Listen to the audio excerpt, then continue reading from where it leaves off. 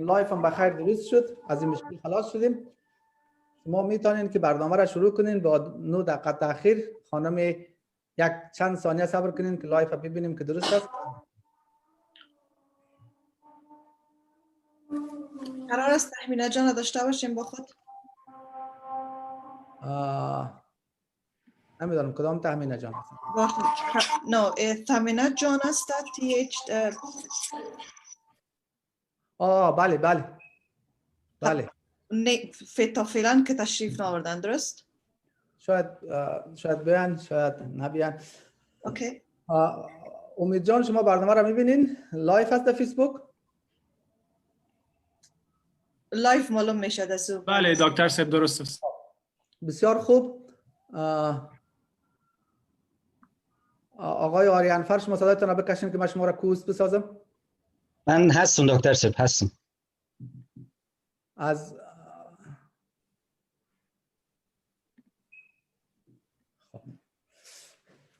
خانم همام، بله وقت شماست. برنامه لایف.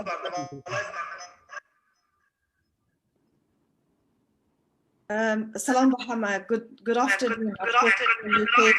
Shall I say hello, ladies and gentlemen? Just before I start, could you please switch off your mics so that it does not interrupt and everyone can hear us all? I'd like to welcome you all, our dear guests. We have got with us now Ariaana Sa'id. We have got Alison, Miriam with us, and we have Anne, if you can hear us, hopefully, and we have got Nahid, Farid. We will come to each one of you as we introduce you as before you start your talking. But just before that, I'd like to say a few things in order, shall we say housekeeping or Zoom keeping in here.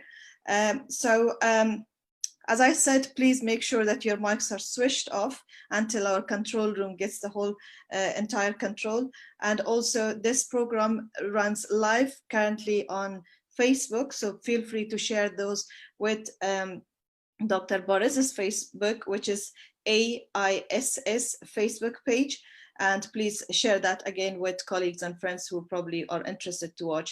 Also, this program will be broadcasted live on Hasti TV, which is based in London, Radio Nowruz in Herat, and Kawar TV Kabul, in Kabul, and Radio Shabnam in Kunduz, Pamir TV, Radio Banwan, and Darkhshan in TV, if I'm saying it right, and also Radio Mahe now in Takhar province. I would like to thank Dr. Boris for organizing this. So the title of this program at the event today is Peace Talk, and also the rights of women in Afghanistan. And also we'd like to hear from each one of you, your views on that. So once again, I would thank Dr. Boris for organizing this, and thank you all the guests for coming and accepting our request. So I'm going to say a few words about the reasons, and then of course welcome our first guest speaker. So today's program following the news on the peace talks between the Taliban and Afghanistan and the role of women in Afghanistan. The reason for holding this event is mainly to have your views and your positions, and of course activities that you have been doing and would like to share with an audience in here, and also whether how active you have been in the process yourselves, and of course where do you see this in future, especially on the roles of women in Afghanistan. So I'd like to pass on now the mic to our first speaker, who is Shahzad Akbar, and Shahzad John is chairperson for Afghanistan's Independent Human Rights Commission. Shahzad John, if you're ready, over to you. Thank you. Thank you, colleagues. I'm very honored and delighted to be speaking to all of you and be part of this really interesting and important and timely discussion. I want to speak very briefly about women's meaningful participation in the peace process, and then a little bit about the women's rights agenda and peace process, and then make some quick recommendations.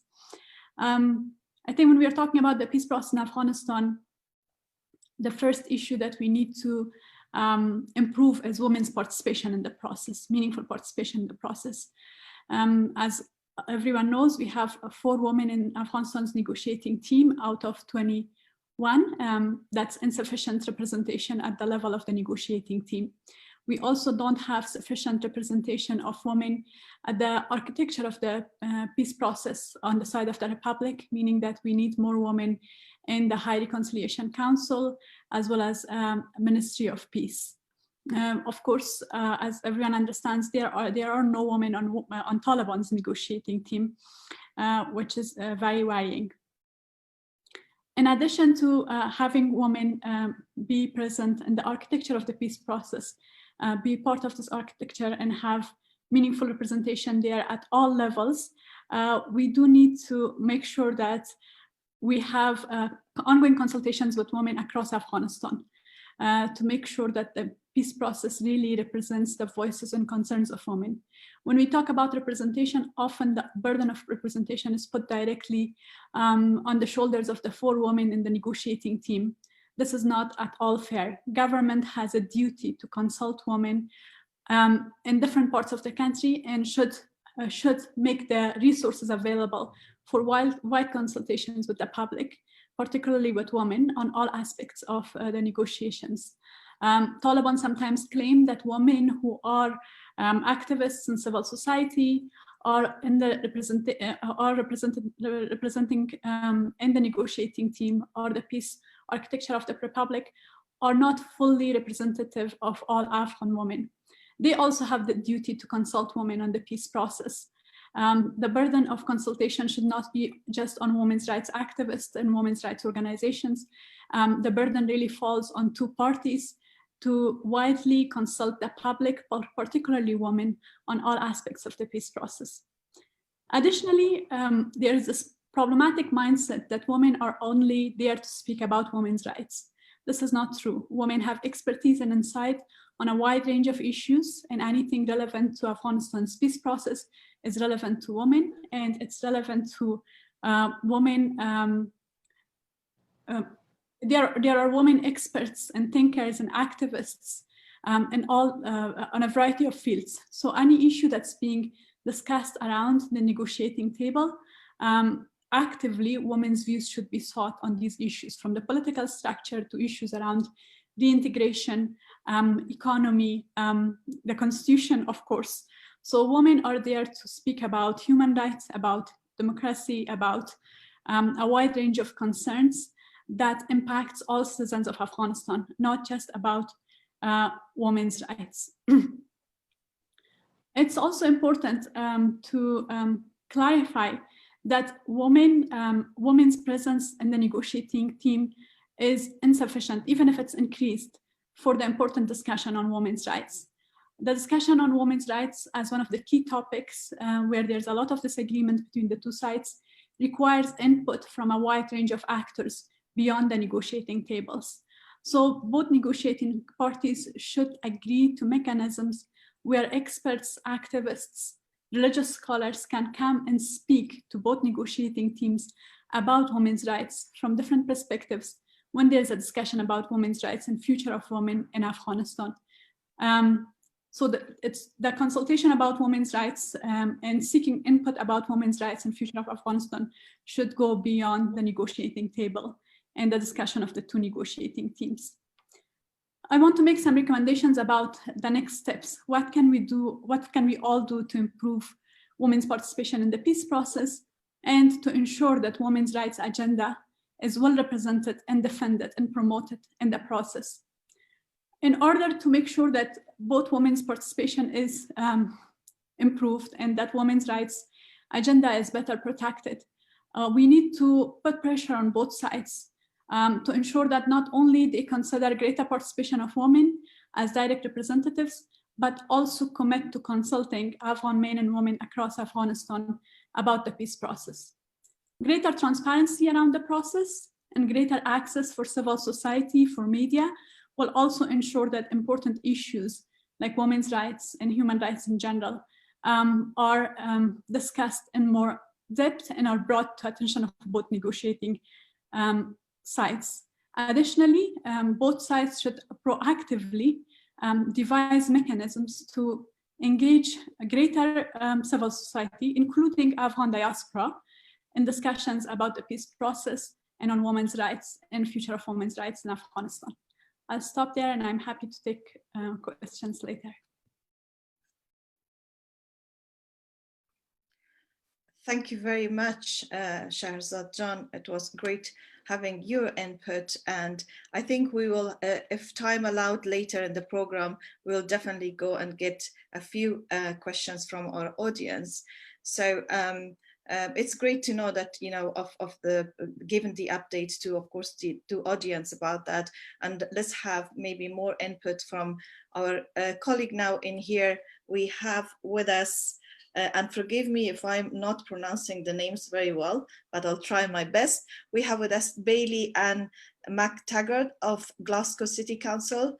Bailey was formerly member of Scottish Parliament, Shadow Minister for Culture, International Development and Democracy.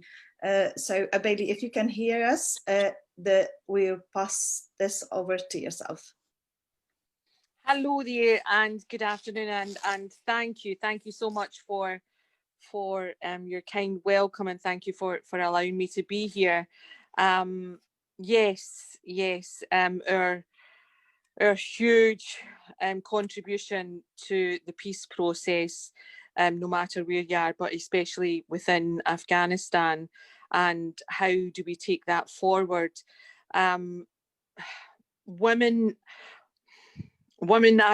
as you well believe, I was just reading something this morning that kind of stipulates that, yes, we do have a certain type of skill that is so much different from what men have, and we have to celebrate that in a sense. We do have a separate skill base than what men do, so we do have something different to bring to the table, and it is a sad day whenever we are not introduced to the table or even invited to the table, because we do have so much to offer. We do have the unique qualities, of course, to bring forward in any. So we do have something different to bring to the table, and it is. Sorry, are we okay? All good, Bailey, carry on, please. Okay, sorry. No worries. So it really was just to highlight all that has been said so far. Yeah,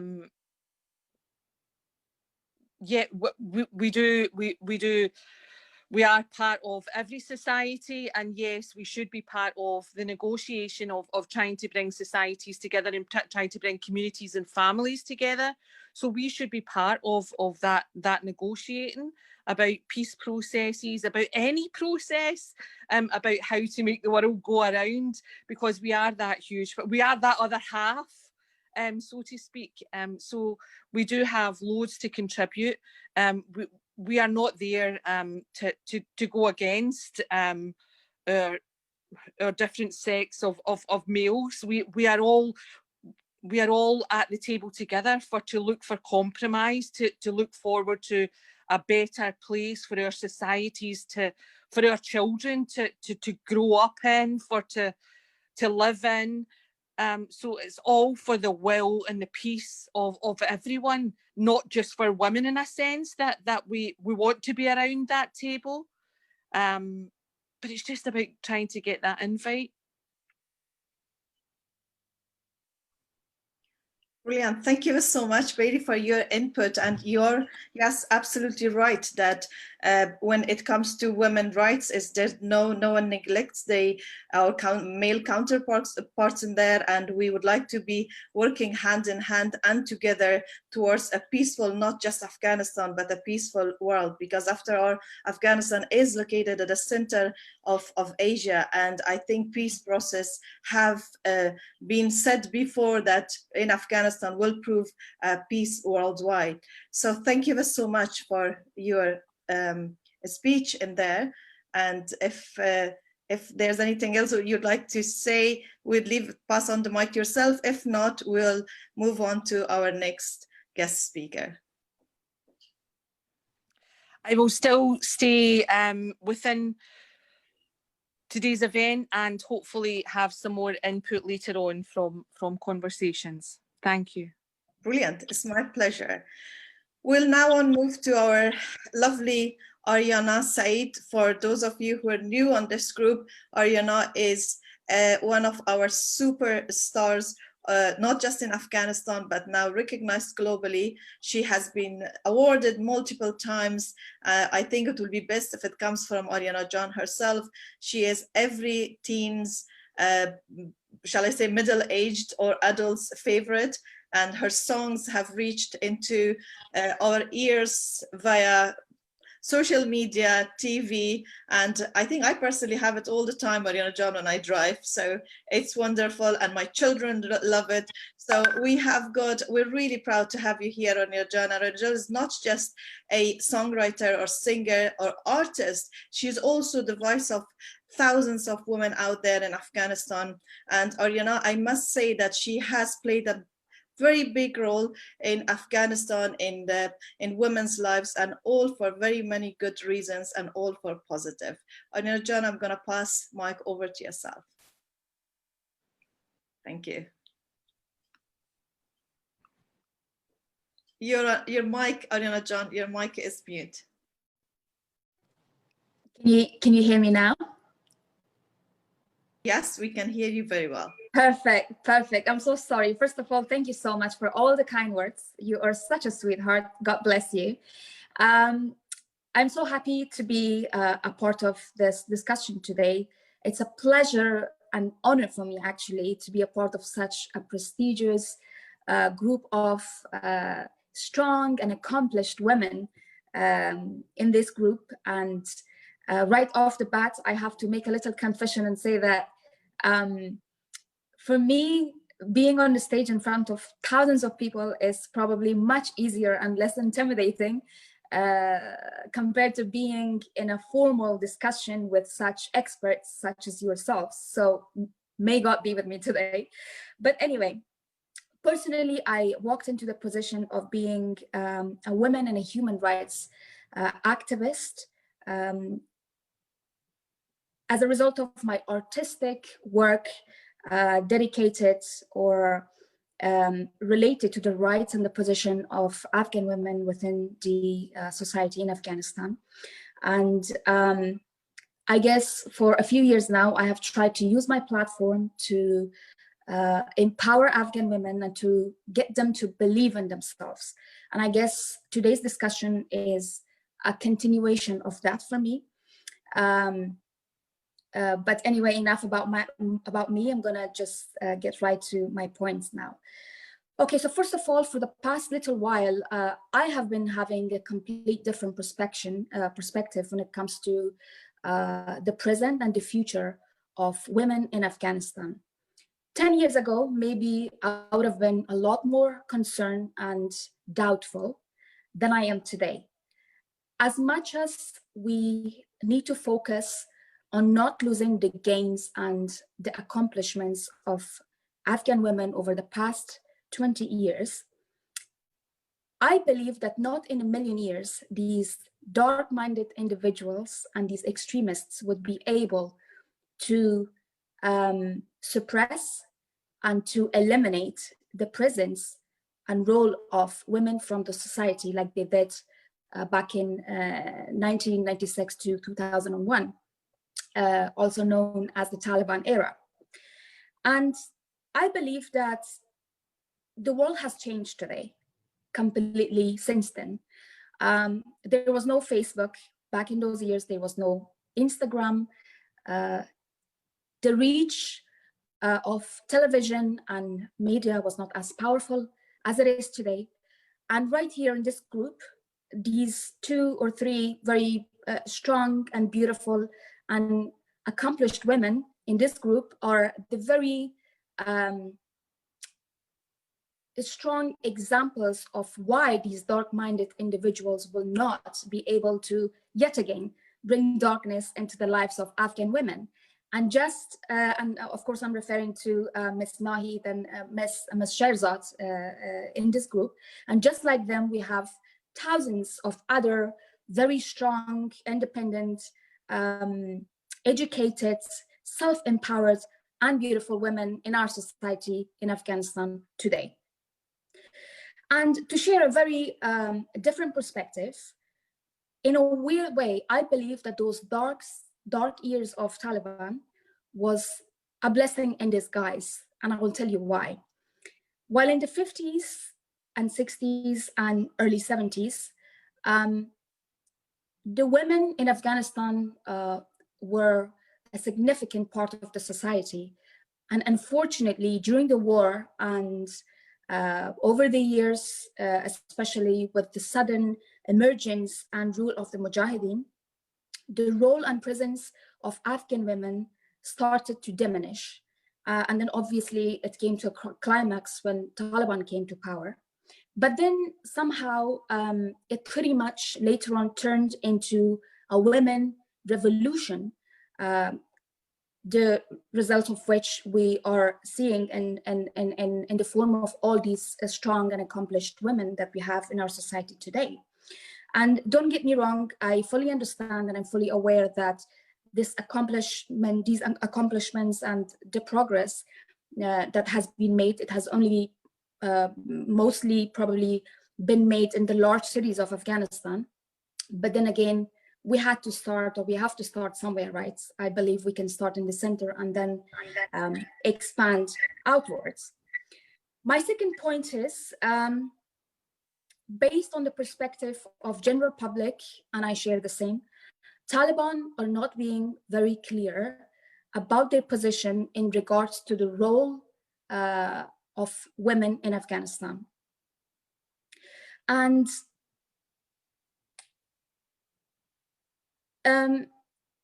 they want anything and everything. They keep on referring to anything and everything being in the circle of religion. But the question is, what version of religion are they referring to? Obviously, the version of Islam that they implemented and they enforced upon people back in 1996 to 2001 was obviously the most vicious and the most extreme version of Islam that has never been implemented and forced upon in any other part of the world. I mean, religion is not rocket science, right? It needs to be clear and it needs to be of acceptance of today's modern society. And I believe that there is actually a standard version of Islam out there in the world today. For example, if I bring up a country like Saudi Arabia, in Saudi Arabia, where Islam actually comes from, today women are allowed to work, they're allowed to study, they're allowed to drive, and they're allowed to be a part of the society. They even have female singers and they have entertainment and they have concerts going on. And to add a little bit of humor to our conversation here, where do you think belly dancers come from? Anyways, the main point is that these concerns shared by all the Afghan women and myself, of course, they're real, they are legit, and they're very serious. Taliban need to be 100% clear and precise when it comes to their position in regards to the role of women in the society. And my last and third point is, for me, I have a question here, like what is the guarantee that Taliban will fulfill their promises and their commitments, even if a peace deal is reached? For that reason, I believe that now the role of the international community comes into play. And I hope that the international community does not forget about Afghanistan, especially the women of Afghanistan. And I hope that they have guidelines where the commitments of Taliban can clearly be enforced later on. And lastly, I hope that they make sure that Afghanistan does not yet again become the home of terrorism and the place where Afghan women can be shot in the head openly in front of crowds in the middle of a football stadium. That's all from me. I'm gonna pass on the conversation to you guys now. Thank you very much, Ariana John. That was a beautiful speech. On the notes of women and Islam, I must add that those who truly follow by this religion and by the book, we know that in the times of Prophet Muhammad, his wife, Hazrat Bibi Khadija, and later on Hazrat Muhammad Sallallahu Alaihi Wasallam's grandchildren, when they died, Bibi Zainab, Hazrat Imam Hussein's sister, played a fundamental role, and they are the reason that we are here and having those discussions today. And they have showed there and then to the world that women do play a big role in the society, and also they can work shoulder to shoulder with their male counterparts. So that is a brilliant touch on that. In terms of your questions earlier, that where is the guarantee whether the Taliban, when they take over, they will bring a long-lasting peace, or they will keep up with your promises? I think we'll leave that question later on to our other speakers. So we have, after Ariana John, we will come back with some questions, so bear with us. So, but until then, I'm going to pass on to Nahid Farid, who you have got here, and Nahid is chair of Women Affairs Commission, House of Representatives in Afghanistan Parliament, and I'll pass on to Nahid to speak more about herself and maybe a short introduction about her recent work on the current events in Afghanistan as well. So it will be great for us to have it hearing from Nahid herself. I welcome you, Nahid, once again. So I'm going to pass on to yourself and with the audience to hear you. Thank you. Thank you so much. Thank you so much. Can you hear me? Can you hear me? Yes, we can hear you. There was a bit of an echo. That's hence my delay in the response. So if you could just start speaking again, we'll test it.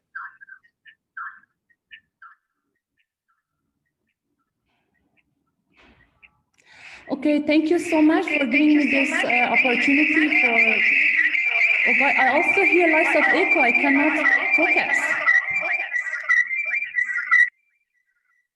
Can I ask everyone to mute their mics, please, because there's an echo and very unpleasant echo. Thank you. So can you hear me now? Yes? Okay. Yes, we can hear you, John.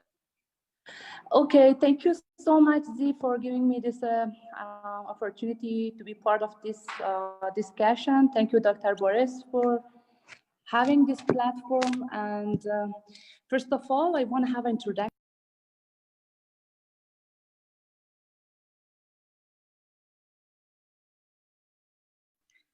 No, John, you have muted again.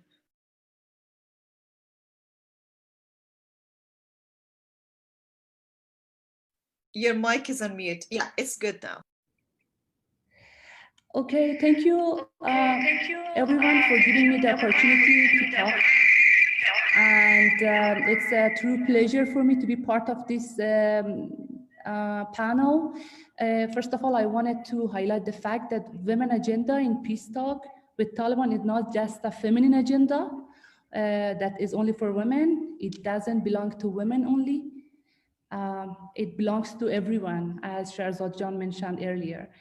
The agenda belongs to every citizen of this country. Women write about the existence and characteristic and the face of the Afghanistan after peace talk. And imagine a country without women role in decision-making position in this geography that wouldn't be acceptable for every citizen of this country. Therefore, every citizen has to defend our achievements, not only women. And the second issue Imagine that we lose the freedom of speech, we lose the freedom of expression and media. Imagine we cannot have access to Facebook and other social platforms. We lose our freedom of holding conferences like this in Afghanistan. In ongoing peace talks, freedom of everyone is under threat. Let's move from a broader. All human beings are going to enjoy rights in Afghanistan. If peace agreement with Taliban costs the freedom of expression and speech and media, therefore we all must fight together, no matter if we are women, men, young, old, from any generation. The third issue is the issue of Afghanistan itself, that is going through one of its most critical and historical moments. We gave a great sacrifice of our people. Post-Taliban Afghanistan is very different from 1990s and earlier. Despite the shortcomings that we have right now, today's Afghanistan is a democratic republic with many achievements in the field of human rights, women's rights, freedom of expression, minority rights, political and civil participation of all society, and a modern and advanced administrative system that we have. Who can ignore such a society with all these changes? In present Afghanistan, women can study, they can go to university, they can vote, they can work outside of home, they can participate in political and social activities like men. In modern Afghanistan, people represent human rights, constitutional values, and freedom of expression is recognized as the most fundamental right of citizen. Tolerance, mutual acceptance, and freedom of beliefs have a high stature within the current legal system of Afghanistan. This is the new face of Afghanistan in 21st century. No signature, no deal, no agreement can reverse it. Maybe they can reverse it in temporarily era, but in reality, the real Afghanistan is there. No one can ignore the real Afghanistan. You know, the kid that born in 2001 is 19 years old now. The young individual with lots of dream, lots of knowledge, lots of plan for his and her future won't tolerate the suppression and limitation because she or he raised in a completely different situation. The fourth issue that I wanted to mention is that I believe the agreement with the Taliban at the expense of the democratic value and the republic and human rights won't be stable. Outcome of peace with the Taliban shouldn't be a return of the mid-90s that we had in the history of Afghanistan, in a way that the human rights of the people are violated, women are imprisoned in their homes, the free will of people, especially women, in determining their political destiny is ignored, and the expression of the modern and advanced concept of Islam that promotes coexistence and pluralism, right, with all human beings will be suppressed. I think such system won't be stable and sustainable in Afghanistan. I also wanted to echo the issue of help of international community. You know, the fact that the situation requires the United States and its allies to provide long-term sustained financial and technical support to Afghanistan, especially to its security sector. While I hope one day the Afghan security forces will be able to independently defend our values, I think that only after assessing the situation very responsibly, the withdrawal of US and NATO troops become part of a very prosperous and timely plan in Afghanistan. And I'm concerned that the hasty withdrawal of US and NATO forces could contribute to the growth of terrorism in the region and also to the world, leading to another bloody proxy war that we experienced already, taking more victims from Afghan people and leads to destabilize the region and also to the world. I also wanted to challenge Taliban that the kind of Islam that they believe is not just the real one, as already mentioned by Yuzi. No one can ignore the fact that Prophet Muhammad's wife was a businesswoman. No one can ignore the fact that women worked at the dawn of Islam under Prophet Muhammad's ruling. They even participated in war. What kind of interpretation Taliban have? It's that they have no women in their negotiation team. This is completely against the reality in Islam. They had no women in their cabinet under their regime in 90s. This is completely against Islam and Islamic view regarding women. If Taliban believe in true Islam, they must have women in their negotiation team. They must have women as nominated to rule under their ruling, even if they want to become part of the political system in Afghanistan. And also, there is another issue that I wanted to highlight.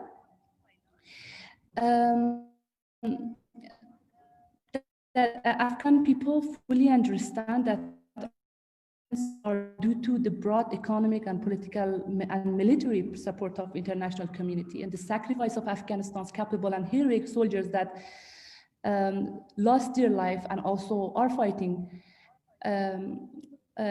against terrorism. And they are in forefront of the global fight against terrorism. That's why we do not want to lose all these gains easily, because these are the shared outcomes of and achievements that we have with the international community. We all spent years of tears and blood all together to be what we are right now. It's not just the achievement of Afghan people, it's the achievement of all the countries that helped Afghanistan in the past 2 decades, and therefore they all must maintain and preserve that achievement. The analysis that I have from the situation is also very important. As a woman, I also have a background of international relations. Our international allies may assume that a peace deal with Taliban in any cost may lead the country to another problem. I believe that the political situation in Afghanistan has recently become more complicated. The armed opposition groups are committing more killings, more terror, more suicide, more explosion. They're taking the victims from security forces and civilians, and external intervention is highly under a different situation.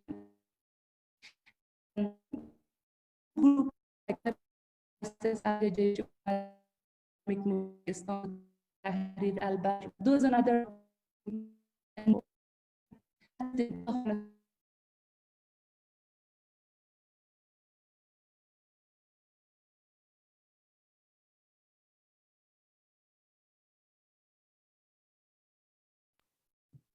I do apologize.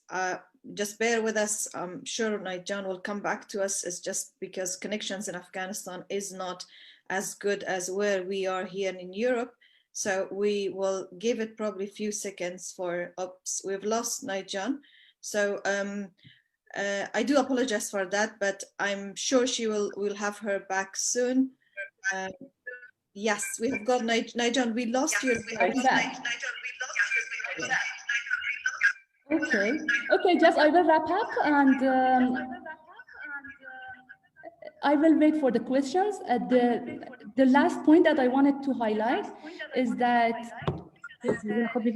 Afghanistan women expect our international allies to closely watch the agendas of the peace process with Taliban and the withdrawal of NATO troops from Afghanistan, because we want international community to ensure and maintain the transparency of the process of peace talk with Taliban.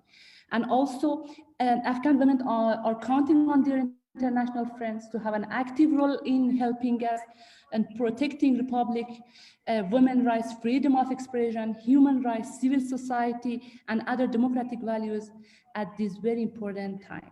Thank you very much. Looking forward to answer any question, if there was any question.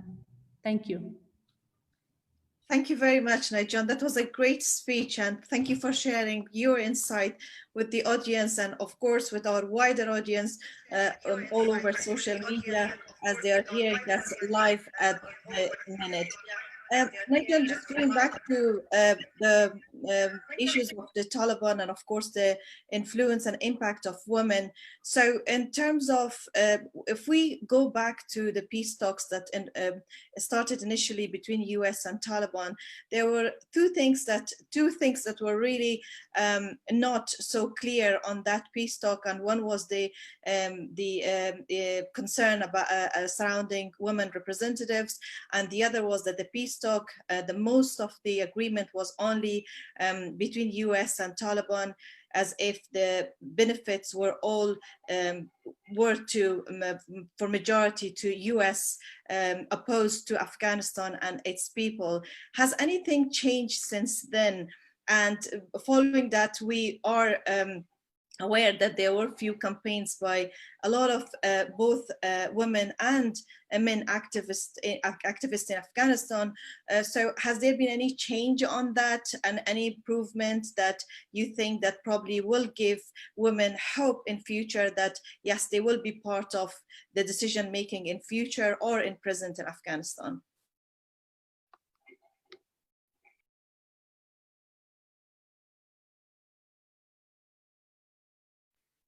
Nigel, have you got our voice?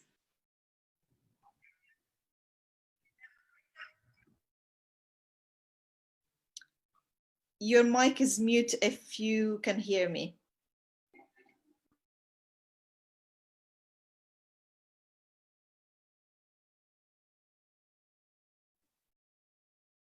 Hello, Nigel. Can you hear us? Are you with us?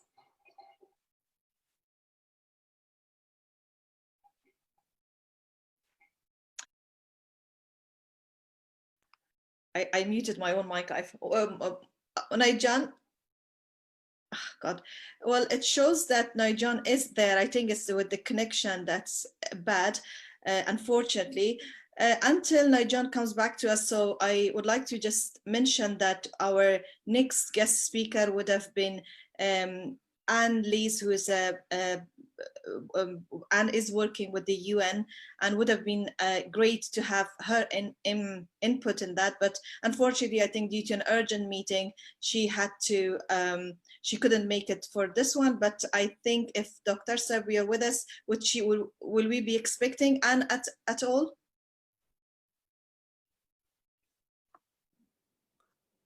Thank you, Zainab John. Yeah, just she got an urgent meeting. Maybe she is joining us later. We will wait. We still have few speakers. We will wait for her. Hopefully she's coming. If not, we will let the other panelists know.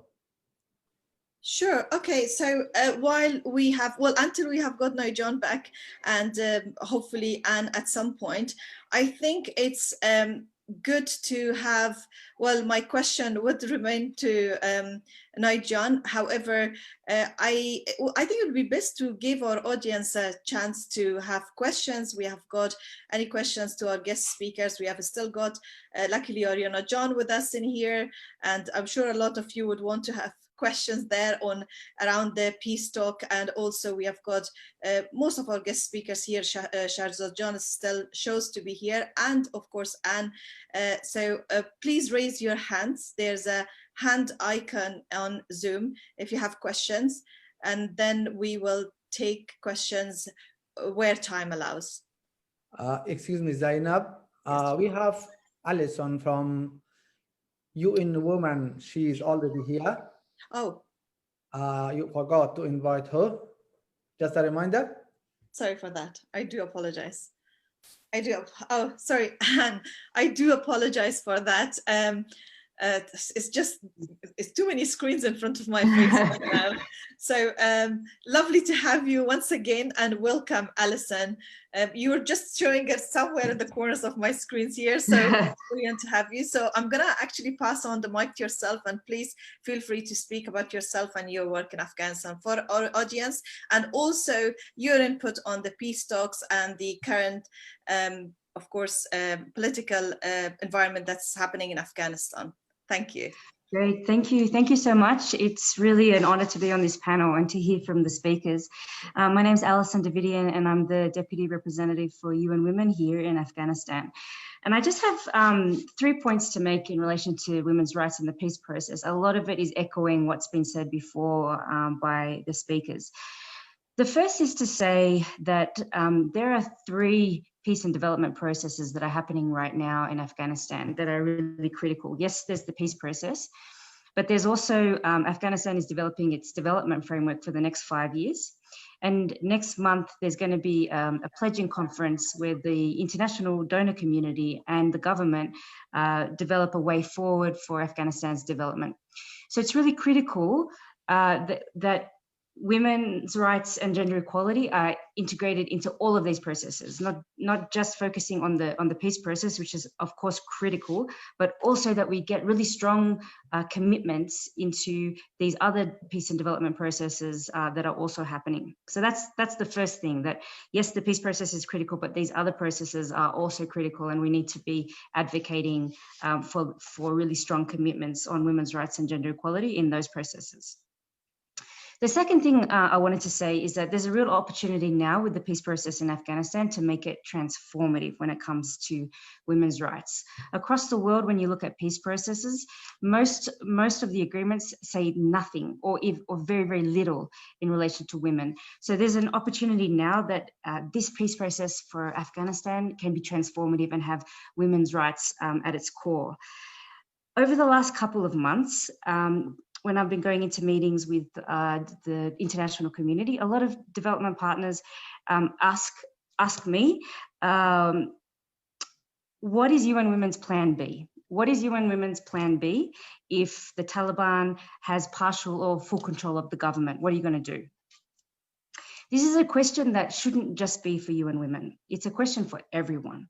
Because the truth is that the outcome of this process is going to have implications for peace, for development, for security, for human rights, for everyone. And the truth is that there is no plan B. There's no plan B for the communities that we serve, for the communities across Afghanistan, if there is watered down language in relation to human rights. There's no plan B for Afghan women if there's no language there on women's rights and human rights. So that's important to recognize. When the government agreed to go to the table with the Taliban, it agreed to do so without any preconditions. And they had to do that. There wasn't going to be a way to get the Taliban to the table if there were preconditions beforehand. But it does mean that we're in a situation now where the peace talks have started. And so we need to ask ourselves, well, how do we protect women's rights? How do we protect human rights in a process that has already started? As has been said by other speakers, we have very little information on what the Taliban's views are on women's rights and if they've changed. What we do know and what they have said is that they're happy for women to be in government, but not in leadership positions and not in the judiciary. This sounds a lot like what we've heard before. And it does put the government of the Islamic Republic of Afghanistan, the negotiating team, the international community, and the UN in a difficult position, because we need to think about what we are willing to stand behind as the outcome of a peace process. What will be the red lines? Finally, in terms of strategies going forward, and this has been mentioned by Chairperson Akbar, there are only 4 women in the negotiating team, 4 out of 21. And there are no women in the Taliban side. There is massive pressure on these 4 women to protect 2 decades worth of rights and even what was achieved before the Taliban came into power. It's too much pressure. And the reality is that if in this peace agreement, women's rights are watered down or negotiated away, it will be these 4 women that are held responsible. There's so much pressure on them. And so what we need to do as the international community, and we're doing a few things. One is to make sure that all of the members of the negotiating team feel responsible for gender equality and women's rights, that we can provide them with the technical support that they need to be able to advocate for gender sensitive provisions when they discuss different topics relevant to the peace process, ceasefires, transitional justice, disarmament, reintegration. All of these processes have gender elements. So we're working to do that. And most importantly, and this has also been raised by our other speakers, is to make sure that there is really strong women's civil society engagement. So UN Women is working with other UN entities and partners to make sure that we're convening platforms for women's civil society to be able to share their priorities and elevate those priorities and make sure that they're being heard and fed right into the negotiating process. So that's all from me. Thank you so much. It's my pleasure, Alison. Thank you very much for the talk. Alison, as you have been as a representative of United Nations and of course working on or representing on behalf of women in Afghanistan, so where is United Nations position in this following the concerns surrounding Taliban? And I know you touched on that, but probably will be great for our audience to know that where exactly is United Nations position, and given that you already mentioned the ministerial conference that's ahead of us in November, how will you be representing the Afghans and Afghan women, and of course and again I say the male counterparts who are supporting this. Where will your position be, and how will you be the voice of those women whose voice are unheard? Yeah, it's a great question, and the UN doesn't have a formal role in the talks. It's the intra-Afghan talks, which is, as it should be, it's critical. But we as the UN are providing technical support to the negotiating teams to make sure that they have the information they need to be able to advocate for gender sensitive provisions, and making sure that women's rights are integrated and are being heard and part of the process. But a big part of what UN Women specifically is doing is working with the mission here to make sure that women's civil society is able to input into the negotiations and being able to be heard. That's really critical. Next month, the UN UNAMA, which is the mission here, is also co-hosting this conference, this donor pledging conference with the international community and the government, to map out a way forward for Afghanistan's development. Critical to that will be integrating women's rights into that process. So as much as the UN is supporting the peace process, we're also trying to support the government to integrate very strong language on women's rights and gender into the other processes as well.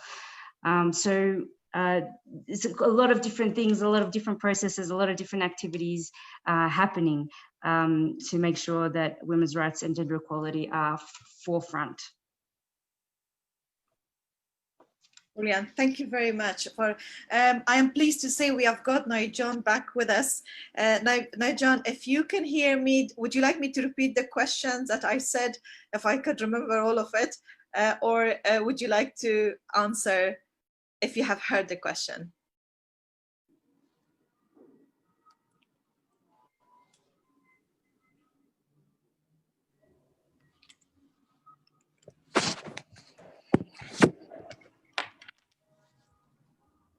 Hello, Nahid, can you hear us?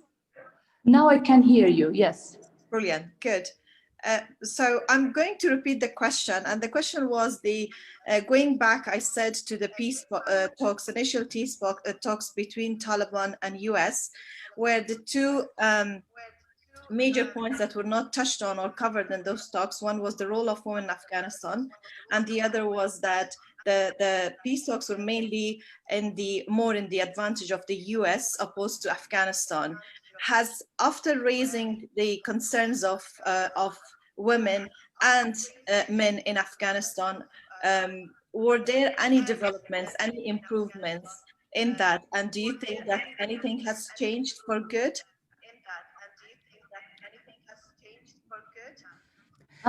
Yes, thank you.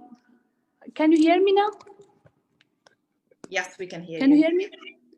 Okay, yeah, the issue of not touching upon the issue of women's rights and democracy in the peace talks and also peace deal between Taliban and United States raised a lot of concern among women in Afghanistan, and they wanted to do something. So we did something in the parliament. We sent several letters to different organizations and institutions that we thought it might be helpful.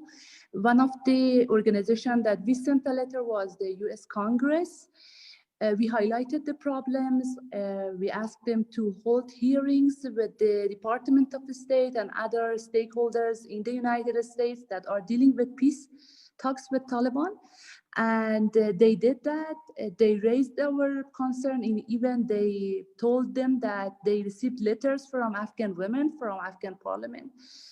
And that was a huge achievement for us. And also, I think after that, the tone of Mr. Khalilzad has been changed regarding the women issue. If you heard in his previous interview, he mentioned that he won't let Taliban to deal and compromise the issue of women and women's rights in the peace talks. And also, you also mentioned about what we are doing in Afghanistan Parliament Women Commission. You know, we doubled our activities, pushing agendas of women and legislations that we think are very important at this very important time frame. For example, putting mother's name in national IDs, having women women's right to be preserved if they are working in the governmental organizations. We are asking acting ministers to have at least one deputy minister as a woman, otherwise we don't vote them.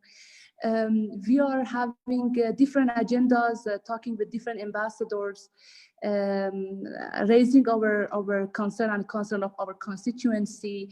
In Afghanistan Parliament, we also have speeches every day in the free time that we have.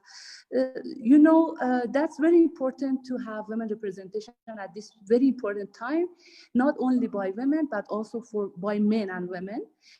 So we have it in the Afghanistan Parliament. That's a good news.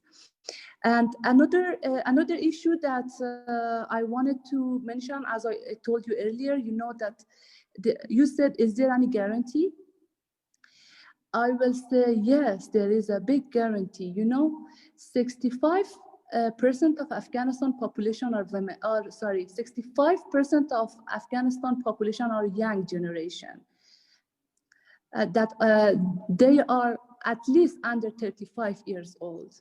That huge population have lots of different dreams, right? They cannot be fit in the mindset of Taliban. Maybe they will fit temporarily, but they won't be part of a long-term plan for suppression and limitation, and even limitation of human rights and freedom of expression and freedom of media. This new generation that is huge are going to be decision makers, not Taliban, not even us. This new generation is going to be the decision maker. As I told you, the young 19 years old boy and girl that we have right now has been born after 2001, after 9/11. The new era of democracy produced a lot of new generation, that new generation has a lot of effort and talent and will be a different generation, and no one can ignore them. They are the guarantee. Our fight is the guarantee. Our togetherness is the guarantee. The togetherness of women and men and the international community and supporters are the guarantee. I receive messages from my friends in the negotiation team every day that they say, raise your voice. This is the time that you have to do it. This is the time that you have to start defending from the right of the constituency that you are in the parliament because of their votes. Okay, so that's what I wanted to mention and highlight. Thank you for raising the question. I hope I could answer it. Thank you, Nahid John. You have very well answered our question. I'd just like to announce that as we were waiting for Anne to join us, unfortunately she was not able to join us here. So what we will do, I think we will go and take some questions from audience now. So we have got a raised hand by Ali Safi. So if we could unmute Ali Safi, who would like to ask a question.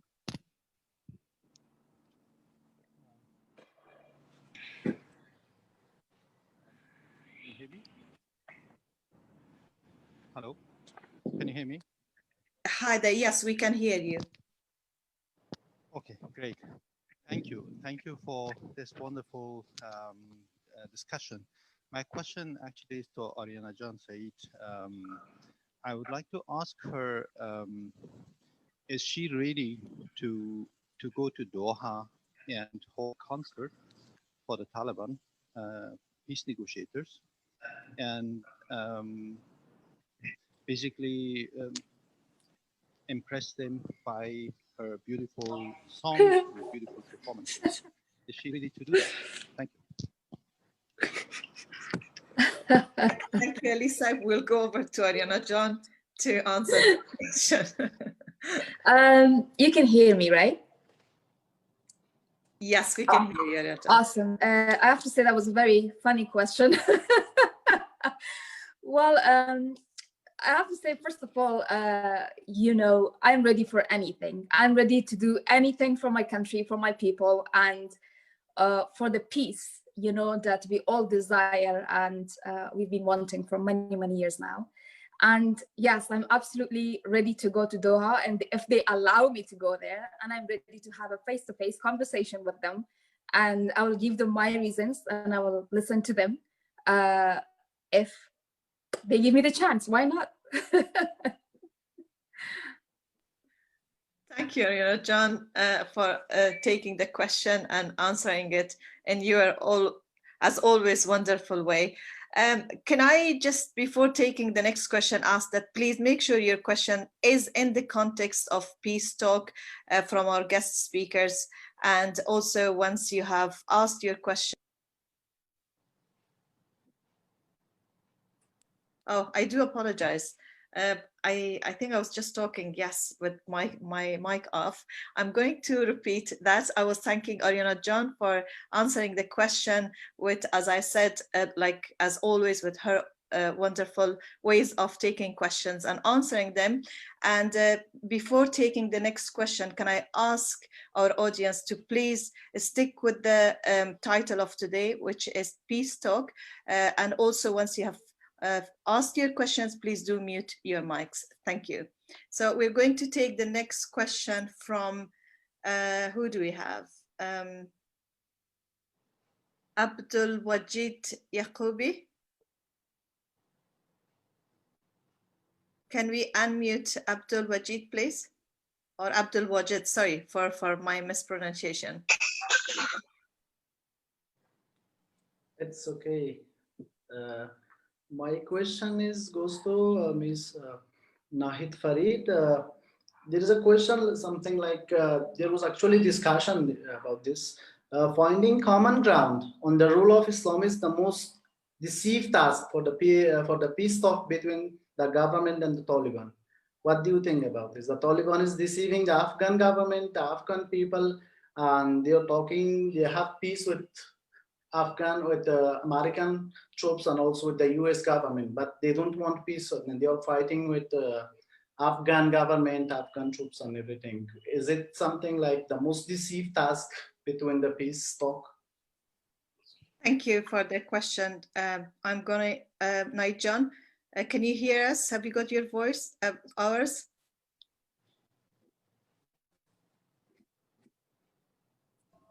Can you hear me? Can you hear me? Yes. Yeah, that's a very good question, actually. You know, at the very beginning, we raised an issue that if Taliban wants to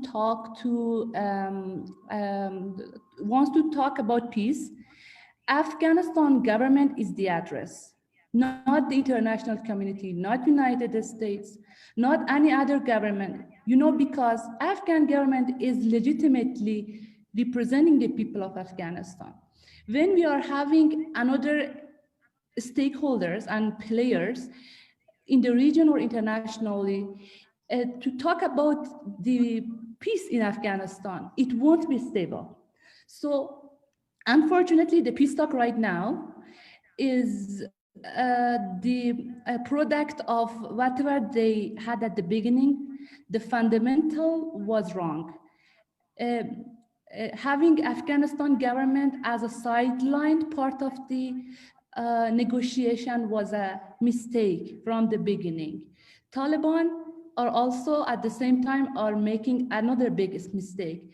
At the beginning, they told us that they fight with Americans and the international community, and if they withdraw from Afghanistan, they will start talking with Afghanistan government. Now it is vice versa. Now they signed an agreement with United States.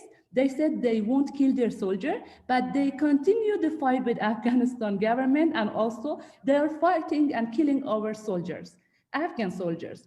So the narrative of Taliban has lots of compromise, has lots of paradoxes, and is against any logic of any logical narrative that a group has to have. Okay, what we have to do, standing next to our government, I'm a critic of this government, but at this very important time, I'm with them saying that this government is representing the people. This government has to be the address to be part of the signing of any agreement. Also, we have to do another thing, which is very important. We have to support our negotiation team. We shouldn't continue saying that this group is weak, because this group is what we have right now. And we have to support them, we have to give them idea, we have to give them confidence, and let them know that they are representing our values. That's very important at this very important time frame. I hope I could answer your question. Thank you very much, Nigel. That was a very brilliant question, which I'm sure a lot of audience would have wanted to hear, and you have hopefully you have satisfied our friend in there with answering the questions. I'm going to take the next question from our audience here, Amal Akbari, who has been raising his hand a few times. So Amal John, if you could unmute your mic and feel free to ask your questions from our guest speakers. Thank you. Yeah, thank you very much for the chance. It's very pleasure to see a strong group of women here in a very critical situation where the peace talks are continuously going on in the Doha. My question is, the US government already signed a deal with the Taliban where there has two parts, confidential agreement and non-confidential agreement, where both chapter is now hidden somewhere. It's kind of like a secret piece of document which has been signed between two parties and saved between two parties, where exactly women's rights may have already been indicated, where the women's rights position and situation will be if the Taliban integrated into this government, or even if they have their own government. So this piece of paper where the women's right has been indicated somehow is very unclear. So the question here is, they're not ready to present that piece of document to the public, especially to the women, to see what they have agreed, how they have changed from 1970s. And the question is perhaps, and they're arguing that that deal will be exactly to be a base for this negotiation. Otherwise, they will not going any further. Perhaps if in the worst case scenario, if that deal would have been accepted as a main document for this discussion, where no one knows what the women's right will be through that deal. So is there any effort made by Afghan Parliament Women Committee, especially to put any pressure on the Afghan government or to the US government to release a chapter or a few articles exactly where the women's rights has been indicated by the Taliban? Has the women community in the parliament by Nigel, Farid and the colleagues from there have put in any pressure on Mr. Khalilzad or the US government or the Afghan government or the colleagues where Fawzi Kufi and other colleagues who have been actively talking there? Have they asked anything exactly if the, or in the worst case scenario, if that will be accepted as a main deal, what will be the scenario? It's to Nigel, Farid. Thank you very much, Akbari Saib. I'm gonna pass on this to Nigel, and also will be great to have an input from Alison, who is at forefronts of Afghanistan, of course, working in between. So it will be great to have an input from Alison here as well. Over to you, Nigel.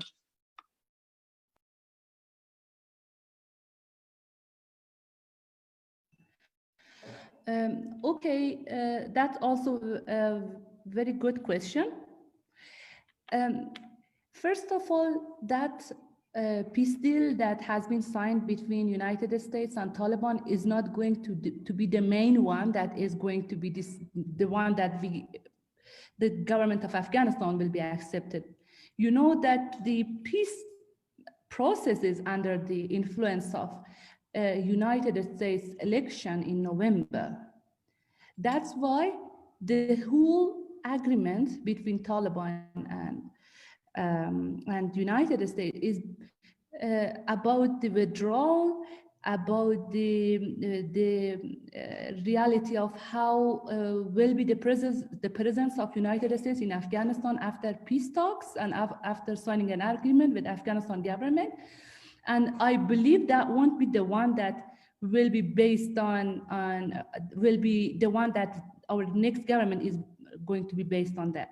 But you said that if in the worst case scenario, that would be the one, what will be our effort? If that would be the one, Parliament will be demolished too, because the Constitution will be under question, and 3 branches will be under question. The judiciary and the 2 other branches, the judiciary, the Afghanistan Parliament, and also the executive, all 3 will be under question. So we won't accept that, you know, as I told you, there is a guarantee that we won't accept that, even if they enforce, because in the speech of Mr. Pompeo at the beginning of the peace talk, he said that democracy is a good system, but we won't enforce that. We will tell them that democracy is a good system, and we won't let anyone to enforce that we don't have that democracy system and that republic. So we are here to fight. This is the time that we have to fight. We are asking our people to echo whatever we are saying in defending the republic, in defending the values that we have, and that's a very important part of the peace talk, because they are also hearing us, because they want to see the reaction of people while they are putting different agendas of women and human rights and freedom of expression, freedom of media, freedom of access to information, and other freedoms that has been granted in Afghanistan Constitution. Thank you, Naijan, and I'm going to pass this now over to Alison for her input on behalf of United Nations. Thank you very much. It's a great question. So I think what we need to be fighting for, regardless of what has been decided between the US and the Taliban, is to make sure that we have really strong commitments and don't put all of the eggs in the peace process basket. Yes, it's critical, of course, but as mentioned, there are other processes that are happening right now that will inform the future of Afghanistan for the next 2 to 5 years. The development framework, the peace and development framework, and also the mutual accountability framework that will be developed between the international community and the government. It will be critical that whatever happens as a result and an outcome of the peace process, that if the Taliban has partial control or however much control that they have of government, that they're also held accountable for commitments that have been made by the previous government.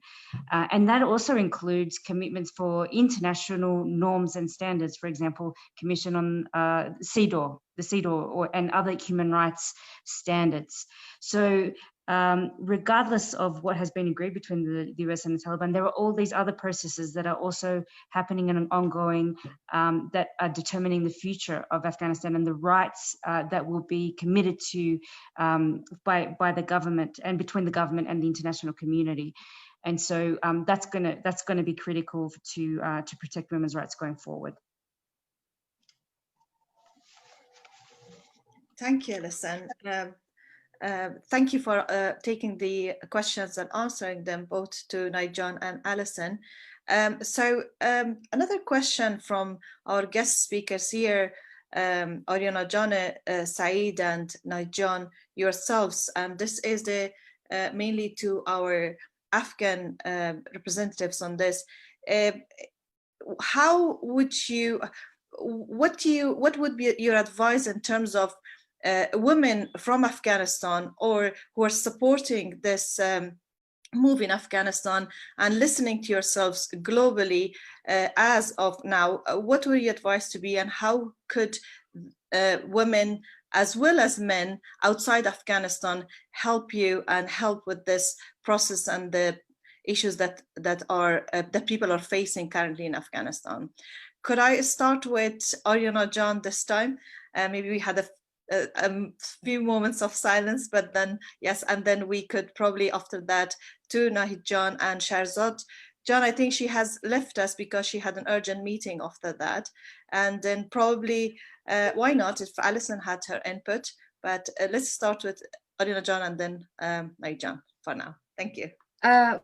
Thank you so much. I think that's a great question because usually I have realized and I have witnessed in our communities that most of our people, they do not take part in such initiatives or issues because they feel like this is only the job of the politicians, right?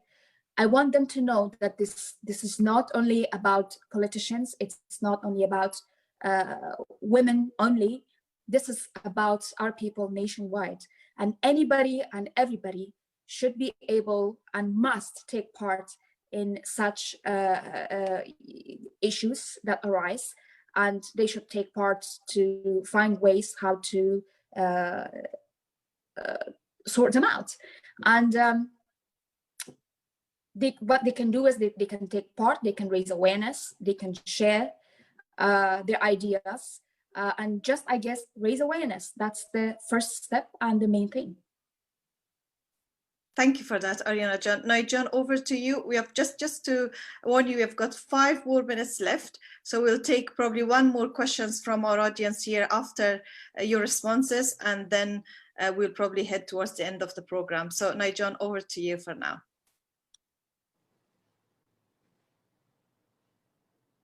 Your mic is mute, Nigel. Nigel, could you unmute your mic? Thank you. Can you hear me? Yes, we can hear you now. Now, so I have to start from the beginning? Please do. Okay. So that's a very good question. You know, we are at a very critical moment.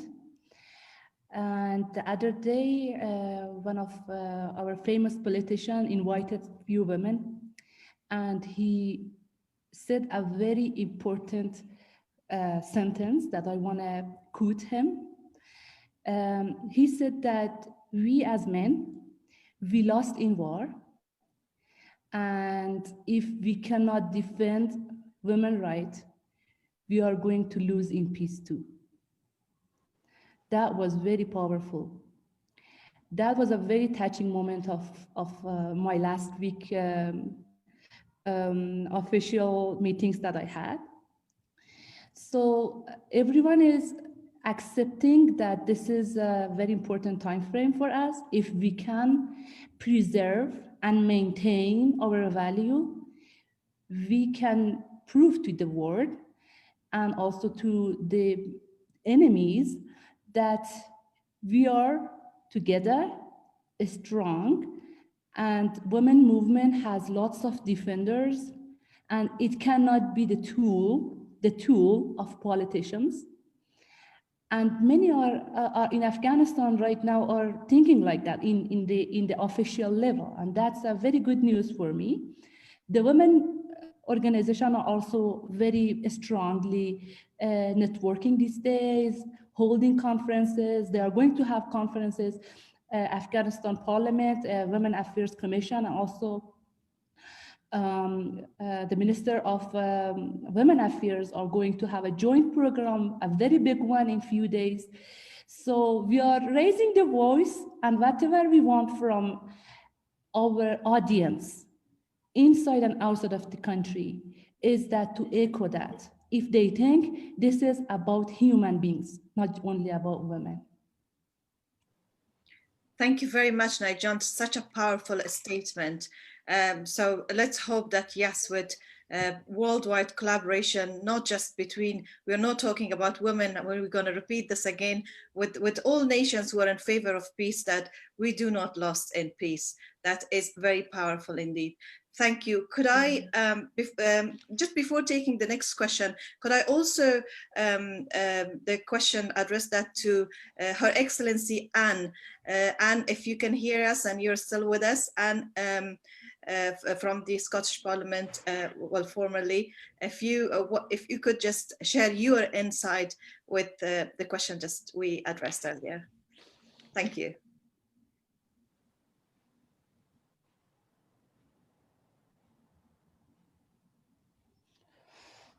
Sorry. I was just busy trying to unmute there. Sorry. Really, yes, you're right. And just like what I had mentioned earlier, it's not about male or female. It is about everyone coming together for to do all that we can to get to gain the best society that we can for everyone. To enable us to do that, we all have to work together and we all have to be around that table. But one of my questions to the panel was, do they see any way forward that in Scotland and the UK, do you see any way that we can assist or support any more than what we do over here?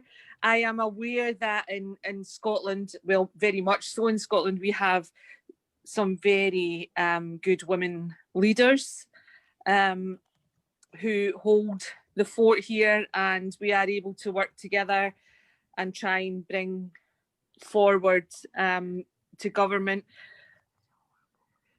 But is there any way that you think that we should be assisting, that we can assist you in any shape or form? Please don't hesitate to ask. Please call out, shout out. We are all sisters together. Let us know that if there is anything,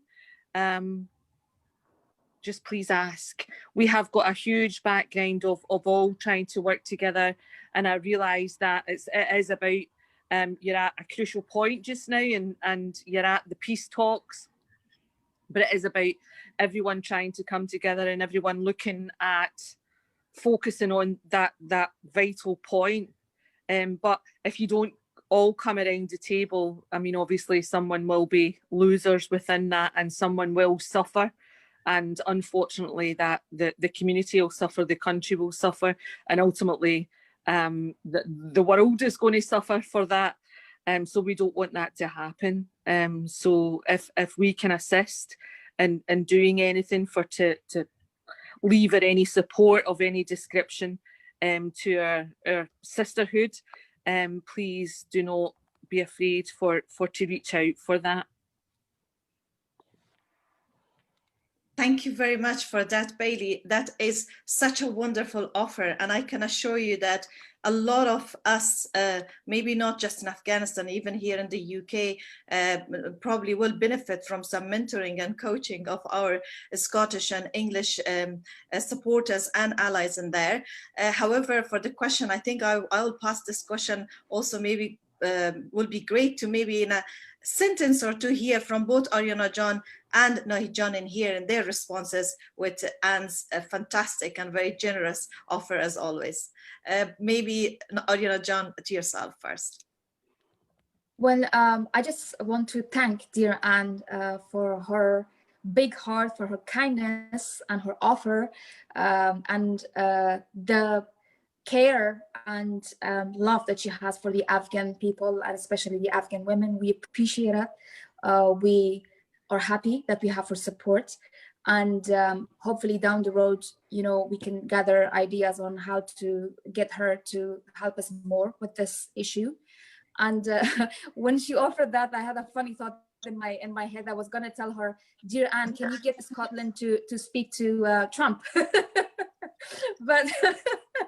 But anyways, that was just a joke, but just a serious, you know, appreciation and thank you to Anne for her offer and kindness. Thank you both. And John, over to you now. Thank you so much, Anne, for offering this generosity. You can ask your parliament, because the parliament is powerful at this very important time frame. Your parliament can push and also put pressure on the government to push the agendas of women. You can highlight our agendas there. You can ask us to be connected in any way that you think that we can deliver our message. Connect us to your colleagues and friends. We will be more than happy to deliver our message. England and Scottish government is a big part of NATO. We don't want NATO to withdraw in a hasty process. We want NATO to stay and help Afghanistan and Afghanistan soldiers. Ask them to not to be so hasty, stay a little bit more and give more support to Afghan soldiers so we can defend from our country. Thank you very much, Naijan. Thank you all. We have slightly run over our program. However, there's one more question I'm going to take from Zia Saib from BBC. If you can hear us, please unmute your mic and ask your questions. I'm afraid this is going to be our last question before the closing of the event. So I'm going to pass over to Zia Saib. Thank you so much. If you can hear me, everybody can hear me? Yes, we can hear you. Absolutely wonderful discussion. Unfortunately, I missed Shahrzad John's and also Ariana John's speeches, but this is much needed at this very crucial time. My question, I have two questions. First, both from Naijan and Ariana John.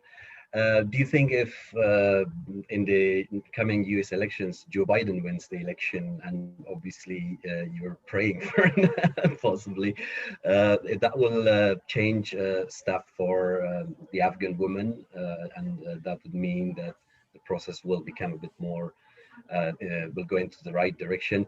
And the second question, I mean, we are in this difficult situation. The peace talks have started in a very hasty way. Nobody's probably happy from it, but it has supporters. War has been going on for so long. There are a lot of discussions in support of this peace talks as well. And I was in Doha. The Taliban have not changed their views in terms of women. They even didn't look into women, into the eyes of the women journalists. That was widely reflected. From your point of view, looking back, what wrong decisions were made in terms of women campaign in Afghanistan as a whole, that now you would say, if we had done that thing, if the women had done this thing, we would have been in a much better position in these discussions, and that could also put light into the situation now that looking back could help for future. Thank you, Zia Saib. Over to you, Naijan. Okay, thank you, Shahryar Saib, for the questions. I believe that even if Joe Biden doesn't win, and again, President Trump wins the election, the situation will be different. The policy of US towards Afghanistan will be different. Whatever we are experiencing right now is under the influence of election of United States, because of the public view regarding the Afghanistan war, which is the longest war of United States in the history of United States. The other issue, if Democrats win the election, there will be a lot of change in the relationship of Afghanistan and United States. Right now, because I'm a member of parliament, I know that at least $4 billion of our national budget is covering by United States. And that's mostly because of the security situation that they have. The money goes to the security sector. And Democrats, in the history of Democrats, they wanted to end wars. And ending this war is something that, can you hear me? Yes, okay. we can hear you. And ending wars has always been the policy of Democrats. So the situation will be different. What was the wrong decision of women in the last 2 decades? We had so many problems. We didn't have a complete, wonderful movement of women's rights. I think one of the biggest things that we had to have Shahryar Saib, and we are lacking it right now, is that we have no national movement of women's rights in Afghanistan. And we feel the lack of it. Right now we are hearing different voices from parliament, from the ministry, from civil society, but something that can represent the whole country, the women in the village, the women in the far villages of Afghanistan, is something that we are lacking, and we have to work on it. We have to have a national movement that represents everyone, every woman, every voice, and can be a credible movement. Thank you very much. On that note, I have a last question. I'm afraid we have to leave it there, I'm afraid, because we are running slightly, 10 minutes over time. I must apologize to Dr. Saib Boris, who worked relentlessly to bring, organize this event. And he has been working, honestly, even organizing a Zoom conference is not as easy as it sounds. He has been probably awake most of the night to get everyone together and do that. But we're supposed to have him in the beginning and have a short speech. But I did miss that. So I do apologize again from yourself, Dr. Saib Boris. I'm going to pass it over on to yourself to, maybe close this event with your talk to our guest speakers and to audience who are listening. Thank you. Over to you.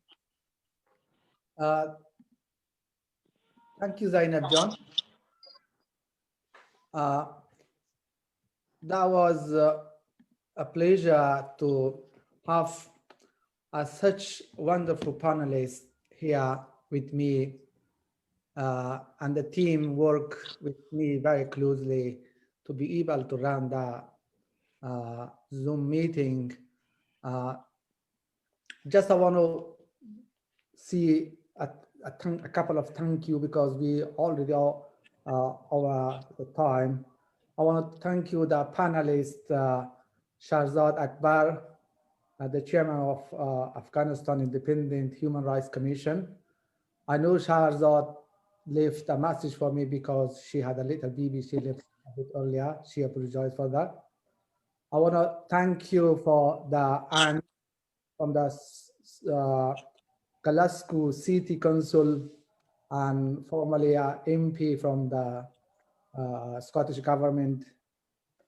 Thank you for joining us, and that was very wonderful time to have you here. And I want to thank you to the Ariana John Sa'id. Ariana John Sa'id is a wonderful artist, and come to us and join to us. That was a wonderful time to have her in the board.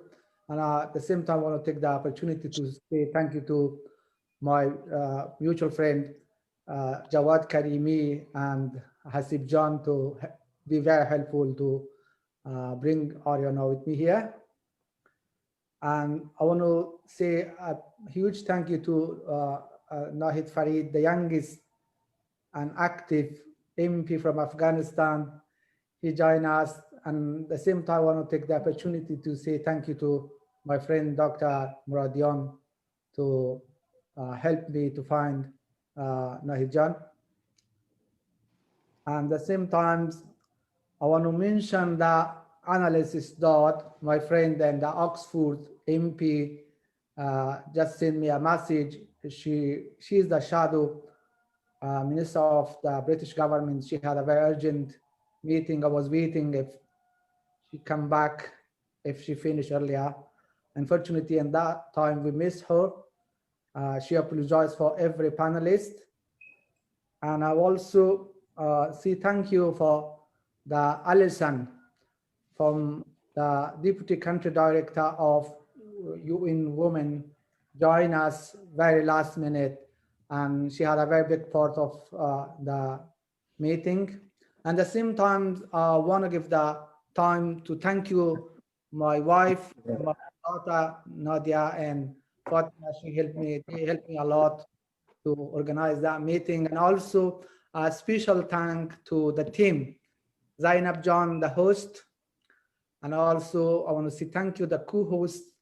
You're not seeing them here, which is Abdul Bastani, Basit Aryan Far, and Zahir Aryai. And I also thank you all other friends around the world to give me good advice to run that meeting. And also thank you for the partner media, which is Hasti TV, Nauruz Radio Inherat, Khabaran TV, and Kabul and Kunduz. There is Baran and Shabnam TV and Tahar and Faizabad.